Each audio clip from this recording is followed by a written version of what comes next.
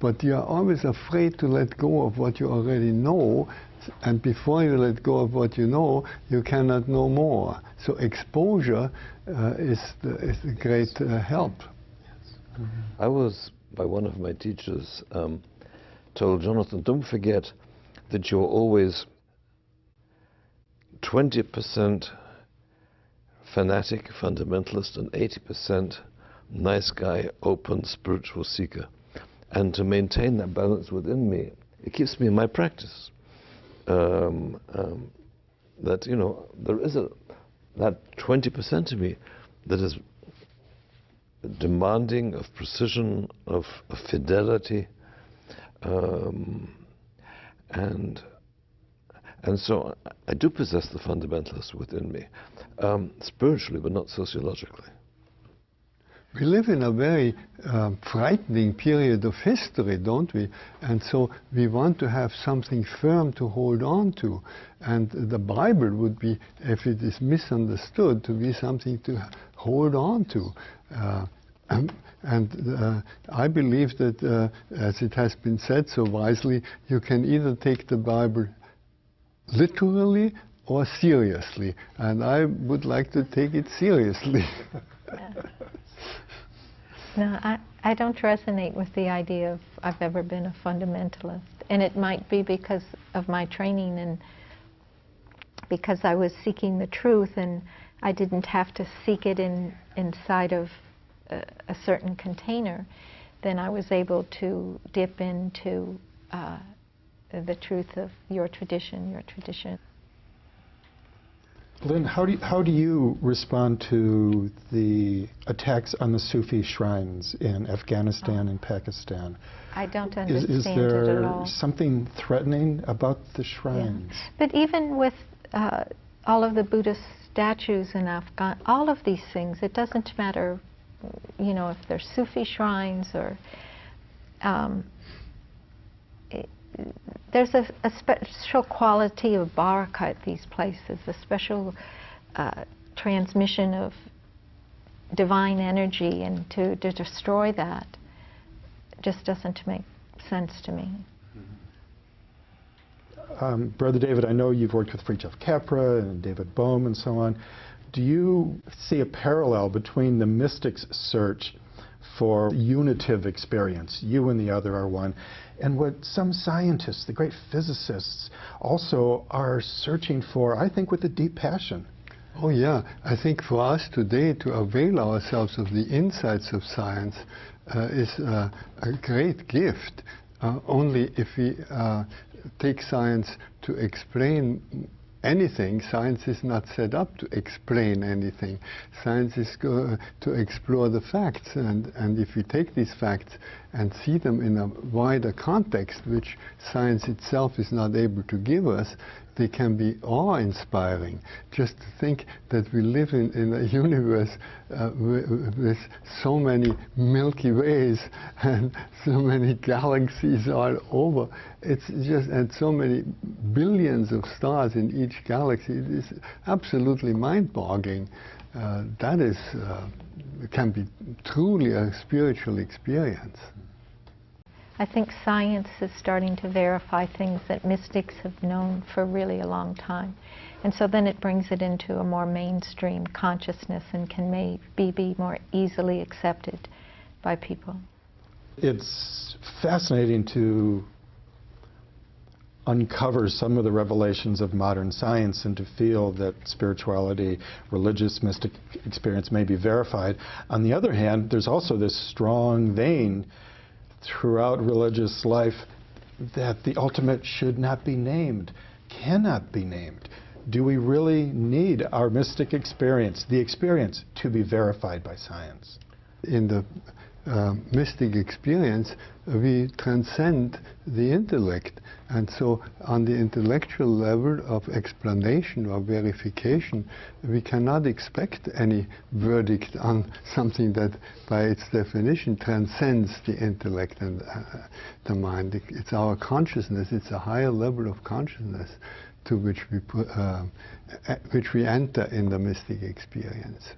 But by my sterner teachers, I've been told, if you have some kind of dramatic mystical insight, verify it with a friend, verify it with a teacher, verify it with scripture, verify it with law, to make sure it isn't just your own invention. And because I think human beings are infinitely capable of infinite self-deception. And part of the work in the traditions is, in fact, to curb this, to set limits that if I have a dream in the middle of the night and said, Jonathan, you're allowed to eat pork and cheese sandwiches. And we'll go to a friend and said, God whispered in my ear, you can have pork and cheese sandwiches. And my friend will say, Jonathan, you're crazy. And sometimes my closest friends have said to me, when I've described my insights, Jonathan, you're crazy. And I'll come back and either agree with them or not talk to them again. Brother David, in the Christian tradition, there seems to be practically mystical belief that we can name each step as we move towards God. But on the other hand, if you name it too closely, you could also be persecuted for it. So there's a great tradition of persecuting mystics. Yes. What is most important to me, or was most important in my experience, was the discovery that even the word God is only a pointer. Up to a certain age, I used to think that God, well, we know tables and chairs and cats and dogs, and then we also know God. But God isn't somebody else. That is the great insight of Thomas Merton. I think it's one of the most important statements of the 20th century. God isn't somebody else.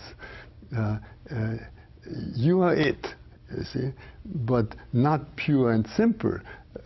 But there is more and more and more to it as you allow yourself to even fathom yourself. You come never to an end. And as you fathom the created world, you come never to an end. We are surrounded by mystery. Everything is totally filled with mystery. Lynn, I'm intrigued with your description of the mystical experience as being the essence of love.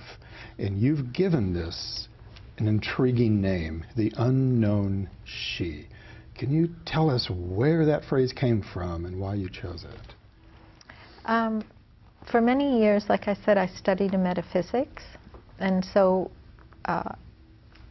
there was the divinity, and then there was, or the primal element, and the male and female aspect of that.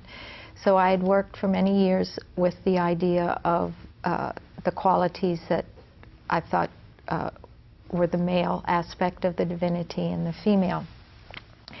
And then at some point, it seemed that what I was experiencing, I could only call she.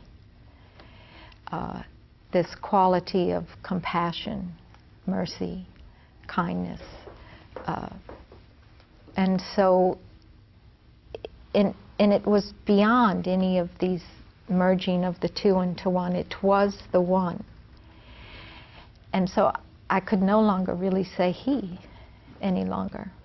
And so, and then I was given this poem, and the beginning of it is, I want to tell you a story, one you may already know. It is of a remembering of someone you knew long, long ago. In the silence of the night comes the unknown she, whispering sweetly, come dance with me.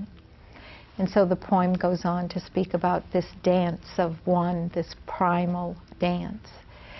So as I moved deeper, it became she, and I just could no longer say he. There wasn't any he in this quality of love any longer at all. It was just pure consciousness. Jonathan, do you feel an echo in your tradition? Oh, very, very deep echoes. If I can start with an anecdote. About 2 years ago, I felt stuck, and I sought guidance. And I sought guidance, first of all, with a very stern Sufi teacher who said to me, Jonathan, the mountain is steep, time is short, work hard, and you can get there. Then I spoke to a woman from a Hindu tradition who just laughed and said, "Jonathan, you're already there." That's she. That's She's she, telling exactly. you are already there. Exactly. How about Thomas you, Brett? Merton said that so well. He said, we think that the spiritual path is a way on which you put one foot in front of the other. The spiritual path, what we call the spiritual path, consists in opening your eyes and noticing that you're already there. That's it. And there's a distinction that I can make, is that when I was traveling, let's say more what I would have said it felt like this ascent. But then at some point, when I started moving in the depths, then it became she for me. But it's interesting that the Semitic languages that formed us, there is no non-gender. Every verb, every noun is either male gender or feminine gender, and this in many ways has formed our thought, and there's a need somehow to smash these old patterns of thought, to have you can't say transgender these days, it means something else, but to get to a place where gender is irrelevant, because whatever is incorporates. I mean, I went home from that summer listening to both the voices, because I needed to be challenged, and I needed just to laugh. Beautiful. So we've arrived at a crossroad here. I don't think we want to define it, but perhaps we could describe the mystic experience. Is that what qualifies a mystic to be a mystic? Do you have to have a mystical experience, You have to have experience to be a mystic? Yes. It's not knowing about God, it's knowing God. You have a deep relationship with, an experience of. I understand when we speak of knowing God. I have difficulty with the whole phrase mystical experience. I don't know what mystic is. I don't know what mystical experience is. I know there is such a thing as knowing God, as being beckoned to God, as feeling that one lives in duality and was of necessity, because that's the human condition, and was drawn towards unity. These are some of the characteristics that you can describe as mystic, but I don't call myself a mystic. Other people do, but that's irrelevant. But for the path that I know, this desire to transcend the duality of existence, to reach a place of unity, which exists beyond time, beyond causality, beyond relationship. It just is. It's moving, if you like, to quote Eric from doing to being. In God, one is. In the world, one does. Brother David, where is God for you? Well, what Jonathan just said rings so true to my experience.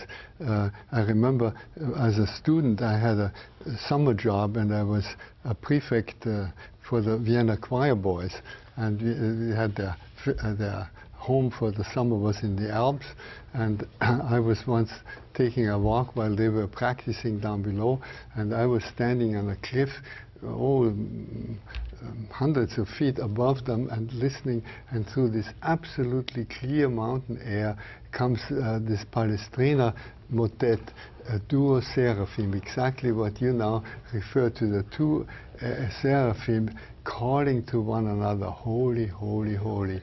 And that came up through this air, and even now when I tell it, I get goosebumps, and my spine is chilled, because that was one of those moments of experiencing the divine. But that was an ecstatic moment, and most of the time they are just everyday moments. More valid than the ecstatic, or at least equally valid. And in our context, that is called grateful living. We call it grateful living, and it's a practice, just like yoga or Zen. It's a real practice. If you make it such, And if you remind yourself moment by moment to live gratefully, that everything is gift, and it's a practice that every human being can